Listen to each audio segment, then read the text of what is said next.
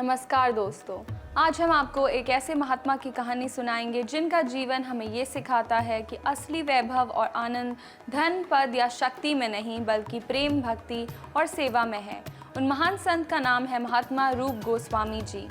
ये कहानी लगभग 16वीं शताब्दी की है, जब बंगाल की धरती और देश के हालात दोनों ही अस्थिर थे। दिल्ली की सत्ता कमज़ोर थी, छोटे प्रांत अपने आप में स्वतंत्रता की तलाश में थे और मुगल साम्राज्य धीरे धीरे फैल रहा था। उस समय में एकमात्र भक्ति ही लोगों के मन की शांति बन रही थी। रूप गोस्वामी का जन्म 1545 विक्रम संवत में हुआ। उनके पिता थे कुमार देव और माता थी रेवती देवी।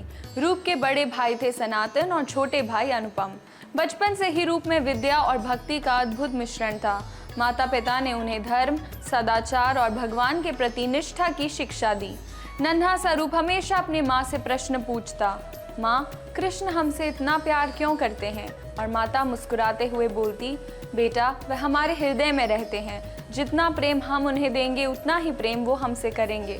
रूप ने शिक्षा में कोई कमी नहीं छोड़ी। संस्कृत और फारसी दोनों भाषाओं में उनका ज्ञान गहरा था। नवहट और सप्तग्राम के विद्वानों से उन्होंने शास्त्र, साहित्य और दर्शन का गहन अध्ययन किया। एक दिन रूप और उनके बड़े भाई सनातन ने तय किया कि वह महाप्रभु चैतन्य देव से मिलेंगे। रात का समय था, आकाश में चांदनी फैल रही थी और हल्की हवा में नदी का पानी शांत लहरें बना रहा था। दोनों भाई साधारण वस्त्र पहनकर थोड़े से ज़रूरी सामान लेकर रामकेली गांव की ओर चल पड़े। रूप कल्पना में बोले, भाई, हम क्या सच में महाप्रभु से मिल पाएंगे? सनातन बोले, हमें विश्वास है रूप, हमारे हृदय की भक्ति उन्हें ज़रूर दिख जाएगी। जब वे महाप्रभु से मिले तो महाप्रभु ने उन्हें गले लगाया और कहा स्नेहपूर्ण स्वर में, मैं तो तुम्हारे लिए ही यहाँ आया हूँ। बस उसी क्षण में रूप और सनातन का जीवन बदल गया। उन्हें अपने राज और वैभव तुच्छ लगने लगे।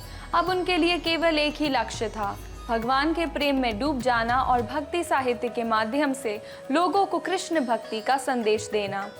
रूप और सनातन ने धीरे धीरे राजपद से दूरी बनानी शुरू की।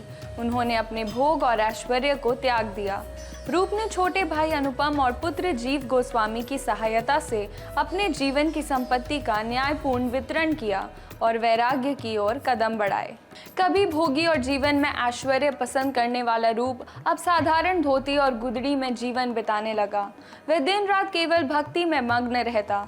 वृंदावन की गलियों में यमुना और गोवर्धन के पास वह कृष्ण की लीलाओं को महसूस करता और लोगों को उनका वर्णन सुनाता। रूप गोस्वामी ने वृंदावन के कई भले बिसरे और लुप्त हुए तीर्थों का पुनर्द्वार किया। उन्होंने गोवर्धन, नंदगांव, बरसाना, यमुना घाट को फिर से जीवित किया। उनके प्रयासों में ये स्थान केवल जमीन और इमारतें नहीं रहे, बल्कि भक्ति और प्रेम का केंद्र बन गए। रूप गोस्वामी का दिनचर्या बहुत साधारण था। वह भिक्षा से जीवन निर्वाह करते, रोटी को मिट्टी में दबाकर अगले दिन खाते, लेकिन उनका हृदय परम आनंद से भरा रहता। रूप गोस्वामी ने कई महत्वपूर्ण ग्रंथों की रचना की, जिनमें सबसे प्रसिद्ध है उज्ज्वल नीलमणि, जो कृष्ण भक्ति का रसपूर्ण विवरण प्रस्तुत करती है। हरि भक्ति रसामृत सिंधु, जो भक्ति भाव और प्रेम का गहन दर्शन प्रदान करता है, और इसके अलावा ललित माधव, हसदूत, विदग्ध माधव और दाने के लिभानिका जैसे ग्रंथ, जिनमें हर एक में कृष्ण भक्ति का सार निहित है। उनका दर्शन ये था कि प्रेम, प्रेमी और प्रेम का विषय तीनों अलग होने के बावजूद मूलतः एक है। यही उनका रागात्मक भक्ति का मूल सिद्धांत था, जिसे उन्होंने अपने ग्रंथों और जीवन के माध्यम से स्पष्ट रूप से दर्शाया। रूप गोस्वामी की समाधि वृंदावन में श्रावण शुक्ल द्वादशी की हुई, लेकिन उनके विचार और ग्रंथ आज भी जीवित है। जब वृंदावन की गलियों में कीर्तन की ध्वनि गूंजती है तो ऐसा प्रतीत होता है मानो रूप गोस्वामी का प्रेम और भक्ति उसी मधुर स्वर में जीवित है। दोस्तों, ये कहानी केवल रूप गोस्वामी की नहीं है, ये हर उस व्यक्ति की कहानी है जो अपने जीवन में सच्चा आनंद, प्रेम और भक्ति ढूंढ रहा है। उनके जीवन, उनके ग्रंथ और उनके विचार हमें यही सिखाते हैं कि प्रेम और भक्ति के मार्ग पर चलकर हम सच्चा आनंद और शांति पा सकते हैं। तो इस प्रकार महात्मा रूप गोस्वामी ने अपने जीवन को भक्ति और प्रेम के लिए समर्पित किया। उनका जीवन ये संदेश देता है कि भक्ति केवल शब्दों में नहीं, बल्कि प्रेम, सेवा और अनुभव में होती है।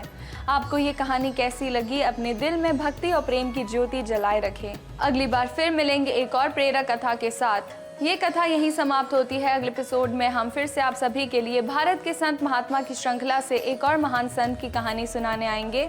तब तक के लिए नमस्कार। आप हमें कमेंट करके ज़रूर बताइए कि ये कहानी आपको कैसी लगी और इस कथा से आपने क्या सीखा। धन्यवाद।